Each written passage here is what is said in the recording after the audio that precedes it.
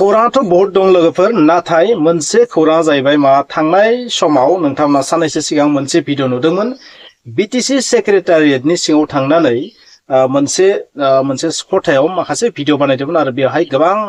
word use खालामदोंमोन आरो बेखौ प्रमोट बर'नि 5 स्टार हटेल प्राइभेट सम्पति बायदि इउज खालामदों सेक्रेटारियेटखौ बायदिसिना बेबायदि बांसावदोंमोन आरो बे बाथ्राया माने एसे साननो गोनाङानो खारन बेबादि सेन्सिटिभ प्लेसाव थांनानै अपेनलि नों आं साधारन मानसिया जुदि भिडिअ खालामलायनो हायोबा बेवहाय सिकिउरिटि सेफटिया बहा थागोन जाय सेक्रेटारियेटआव माखासे जोंनि नेताफोरा थायो माखासे जोंनि दैदेनगिरिफोरा थायो बै जायगायाव जुदि गोसोबादि जुदि इउटिउबारफोरा ससियेल मिडिया इनफ्लुएन्सारफोरा जेबो होबथानाय गैयालासे रकटक माने जेबो गैयालासे बैहाय थांनानै गोसोबादि लेंगुवेज इउज खालामनादो गोसोबादि इनसाल्ट खालामनादो बारग' सिपखौ स' बे साननो गोनां आरो बेनिनो रिप्लाइनायखौ नुनो मोनदों राजु नार्जारि बिथांखौ नोंथांमोना बेबायदि जाथायफोरखौ बेबायदि अपेनलि बेबायदि नों आं साधारन मानसिया जुदि बैहाय थांलाय फैलाय खालामनो हायोबा बांलादेशआव मा जादों नुदों नेपालाव मा जादों नोंथांमोना नुदों आरो आफगानिस्तान इराक सिरिया बेफोराव मिडल इस्टआव मा जादों नोंथांमोना नुदों श्रीलंकायाव मा जादों नुदों बबेखानि बेबायदि जाया होननानै आं सानो जोंनि इण्डियाआव जोंनि आसामाव बेबायदि जानाय नङा एसेबांबो जोंनि मानसिफोरा गाज्रि नङा थेवब्लाबो बाथ्रायाथ' माने मोनसे डिसिप्लिन मोनसे सोद्रोम हादर इण्डिया बे सोद्रोम हादरावबो जुदि बेबायदि जाथाया जायोबा बेथ' दुखुनांथाव जाथाय ना नोंथाङा भिडिअ बानायबावदों आरो बेवहाय जायफोर वर्डखौ इउज खालामदों बेथ' एक्सेप्टेबोलानो नङा माने सोरखौबा नायनो बानायखौ होनाखै आं बेवहाय माने बाथ्राया जाहैबाय मा बेवहाय माने जायफोरा बारग'लांनाय लिडार गोदान पार्टि फैनायनि उनाव माने बै बारग'लांनाय पार्टिया जाहैबाय मानसियानो नङा थारमाने एसे जुनारसोमोन नामा बिदिब्ला स' बेबादिया जादों आरो बाथ्राया आरो राजु नार्जारि बिथाङा माबायदि रिएक्सन नोंथांमोना नुदों जे बे प्रपार्टिनि रियेलिटिया मा बै न'नि रियेलिटिया मा बै खथानि रियेलिटिया मा बेखौ बिथाङा बुंदों आरो बे बाथ्रायानो रियेल खारन गासैबो बेबायदि सेक्रेटारियेटफोराव बेबायदि सुबिदा थायोआनो आं मिथिनायाव थाखायो आरो थानांगोन नोंथांमोना आं बुंनो गोनां बांद्राय गैया नाथाय नोंथांमोना खोनासंना ला जोंनिनो सम्पति बियो जोंनि सम्पतिखौ जोङो जुदि नस्थ' खालामोबा जोंहानो खहा जागोन मानोना बे पाब्लिकनि रांजों बानायनाय बे सम्पतिया स' बे सोरनिबा प्राइभेट सम्पति जानोनो हाखाया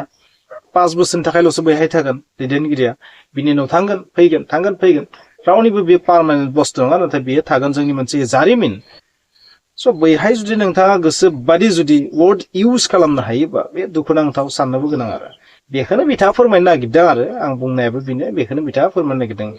दा रियेलिटि अनलि रियेलिटिया बेनो आरो ना अनलि रियेलिटिया बेनो जे बेयो बुंनो थाङोबा सोरनिबा प्राइभेट सम्पति जानोनो हाखाया नेभार जाननाया माब्लाबाबो बेनो जाबाय अनलि रियेलिटि आरो बेवहाय जोङो गोसोबादि भिडिअ बानायनोबो नाजानाङा बेवहाय सेफटि सिकिउरिटिनि बाथ्रा थायो नोंथांनि भिडिअनिफ्राय सोरबा एन्टि ससियेल एलिमेन्टफोरा बा देशद्रहिफोरा मा खालामनो हागो बिनिफ्रायनो बेखौनो मेप बानायनानै बेनि थ्रयैनो बायदिसिना बहुत जानो हायो बेखौ नोंथांमोना बुंनाङा जे मा जेबो जाया बेबायदि नङा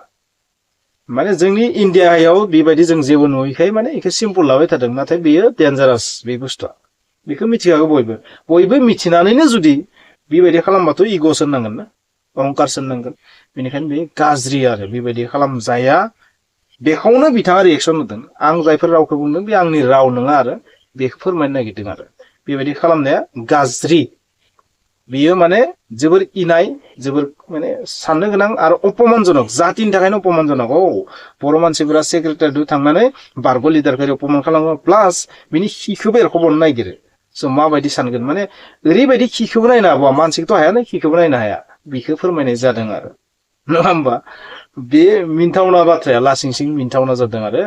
बेनिखायनो जों सोद्रोम हादर बर' मानसिफोरा सोद्रोम मानसि खायसे खामानिखौ जोङो मावियानो गाहाम नङा होमबा मावियानो गाहाम आरो खायसे खामानिखौ नोंथांमोना खोनासंनानै ला बिथाङा माबायदि रिएक्सन होदो आरो बेनो रियेलिटिया अनलि रियेलिटिया बेनो नाथाय नोंथाङा फोथायनो हायाबो जानो हागौ बेनो आसला बेवहाय सेफटि सिकिउरिटिनि बाथ्रा दं बैहाय थांनानै गोसोबायदि जुदि नोंथाङा भिडिअ रेकर्ड खालामजोबोबा बे सेक्रेटारियेटआ आरो माने सेक्रेट जानानै थायाखै बेयाव अपेन जाबाय आरो बेयाव खैफोद जानायनि चान्सआ बहुत थाबाय ससियेल मिडियायाव नुदों मेनलि इउटिउब बानायग्रा इउटिउब माने जाय सालायो बिथांमोना दिनैहाय सेक्रेटारियेटनि सिङाव हाबनानै मिथिया सोर पारमिसन होदों बिथांमोननो बेबायदि ओरैनो नर्मेलि बेयाव हाबनोबा पारमिसन नांगौ जायो मानो होनबा बे गभर्नर एटाची आरो बावहाय गभर्नरा फैनानैहाय जेब्लानाखि बाव एसेम्ब्लियाव फैयो बा बिथाङा जिहेतु हेड अफ द काउन्सिला हिज एक्सेलेन्सि गभर्नरासो जिखुनु काउन्सिलनि बा स्टेटनि हेडआ जाहैबाय हिज एक्सेलेन्सि गभर्नरासो जायो गभर्नरा फैयोबा बिथाङा सेक्रेटारियाव थायोबा दान्दिसे समनि थाखाय रेस्ट लानो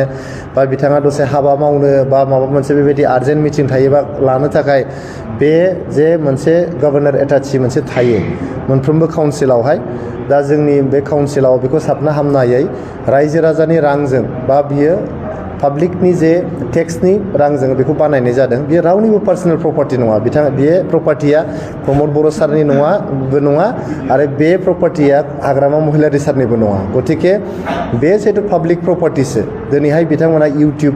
कन्टेन्ट बानायनानै बे प्रपार्टिखौ प्रमद बर' सारनि प्रपार्टि बे प्रपार्टिया प्रमद बर' सारनि उन्दुग्रा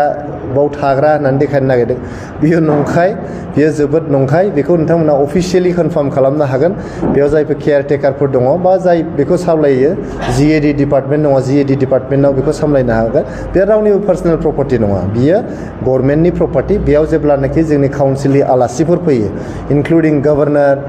चिफ मिनिस्टार्स बा बेबायदि प्राइम मिनिस्टार बा सोरबा सेन्ट्रेल मिनिस्टारफोर फैयोब्ला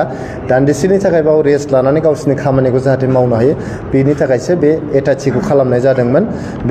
बे फेसिलिटिसखौ क्रिएट खालामनाय जादों बे रावनिबो पार्सनेल प्रपार्टि नङा दा बिथांमोना हाबनानै आं नुदों जे माने बहाबा माने गाज्रि मोनसे सिचुएसनजों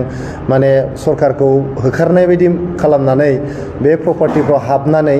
बेखौ माने मोनसे कियटिक सिन देखायनाय बे मोनसे आनरुलि मोनसे सिन देखायनाया बेयो जोबोद दुखुनांथाव जादों आङो बिपिएफनि दैदेनगिरिफोरखौ खावलायहरदों आरो जिहेतु बिथांमोना गाबोन समायखिरा लागोन समायखिरा लाखांनायनि उननिफ्रायनो बिथांमोना सरकार सामलायगोन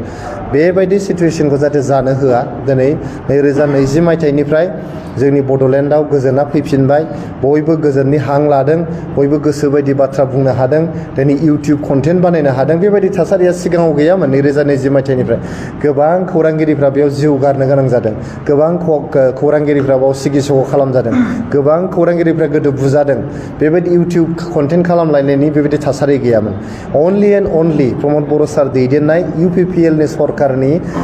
टेनियरनि समावसो गोजोन गायसनजानायनि उनाव दिनै बेबायदि कन्टेन्ट क्रिएट खालामनो हादों आरो बिथांमोना बेबायदि मिसलिडिं कन्टेन्ट खालामनानै गावसिनि मान इज्जतखौसो बिथांमोना खोमानानै लादों रायजोफ्रा